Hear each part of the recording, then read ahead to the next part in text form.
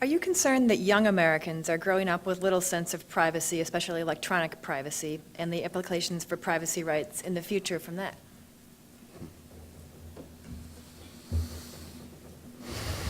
I have a son who's 17.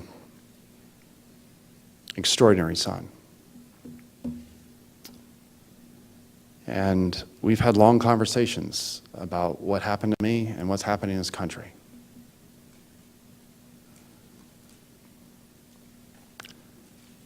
He's only known this world we now inhabit, post 9/11. He knows no other world. Most of us in this room actually remember a pre-9/11 world. At a minimum, I'd like to return to 9/10. The price is way too high, way too high.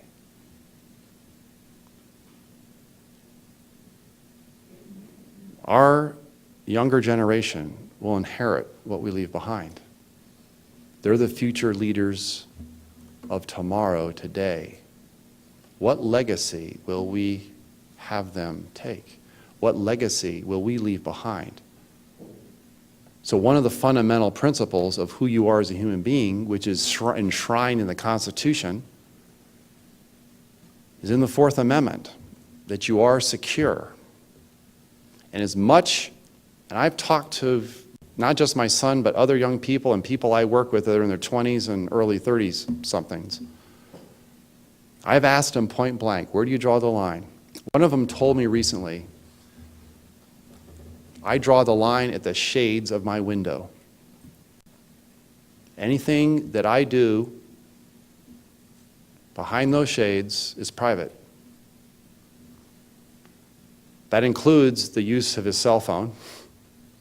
That includes any other electronic media. He chooses what he will share that's public. And just because he's private does not give the government license to violate that privacy without due process, which includes probable cause through an affidavit that you have to bring forward in front of someone in an Article III court. That the Article II powers do not extend to simply subverting what is properly given to Article III in the Constitution. Privacy does matter. It's the essence of who we are as human beings. We don't have that, guess what? And so there's something at stake for all of us in terms of the commons. There's something at stake for all of us in terms of fundamentally what it means. It's not their choice, and it's not their right to then turn what is a right of ours into a privilege that they sanction, they control, that they monitor, and they dispense. That's precisely what's happening. And that's precisely a world that I do not want to leave behind for my 17-year-old or any other body in the younger generation or anybody of us. That's not what I took an oath to support and defend.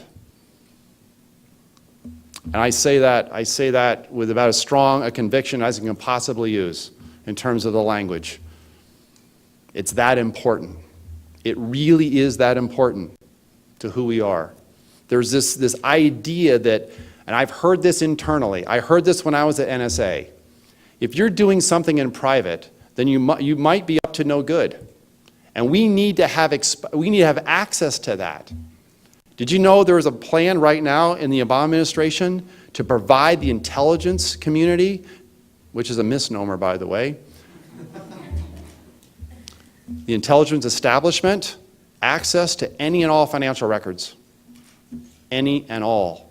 What the heck is there left to defend?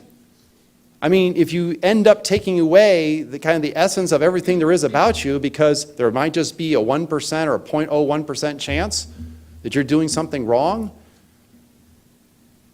what's happening? We're in this pre-crime space where anything is suspicious, that any and all data. I'm telling you, in my case, I was utterly framed. Not only was information mischaracterized, it was misrepresented and at times even doctored. What does that tell you? Because it's all done in secret. They're the ones holding it. You become a target of the government, right? Remember, I've been living this. I've lived this for 5 years. You become a target of the government It's not a life I want any of you in this room to live, except for those of you who have in part lived it. Another thing to share with you, everybody, and I have not said this directly in this type of a form, but I'm going to say it here. Everybody that was associated with me, either because they used to work for me or had links to me or had ties to me, by mere association assembly, that freedom to do so under the First Amendment, were investigated, were interrogated. And some of those same people lost their jobs and their livelihood because of their association with me. Mere association meant they were guilty. And they were going to be punished because of that association. There's other things I can't even talk about because they're so personal in how far the government went to destroy my lives and others. Yet I stand here as a free person. Free. You know what freedom really means? When you're about to lose everything there is of who you are, that's when you realize what's most important. That's the oath I took. And the president is to preserve, protect, and defend.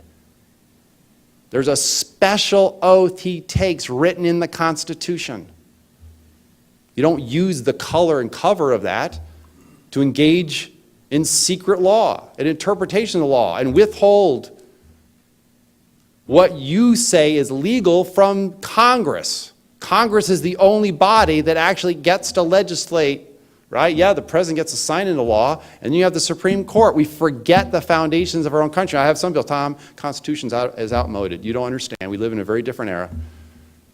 You know, founding fathers, they had their own contradictions. Yes, they did.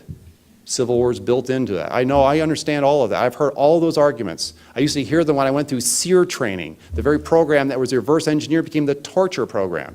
State-sponsored torture by this country.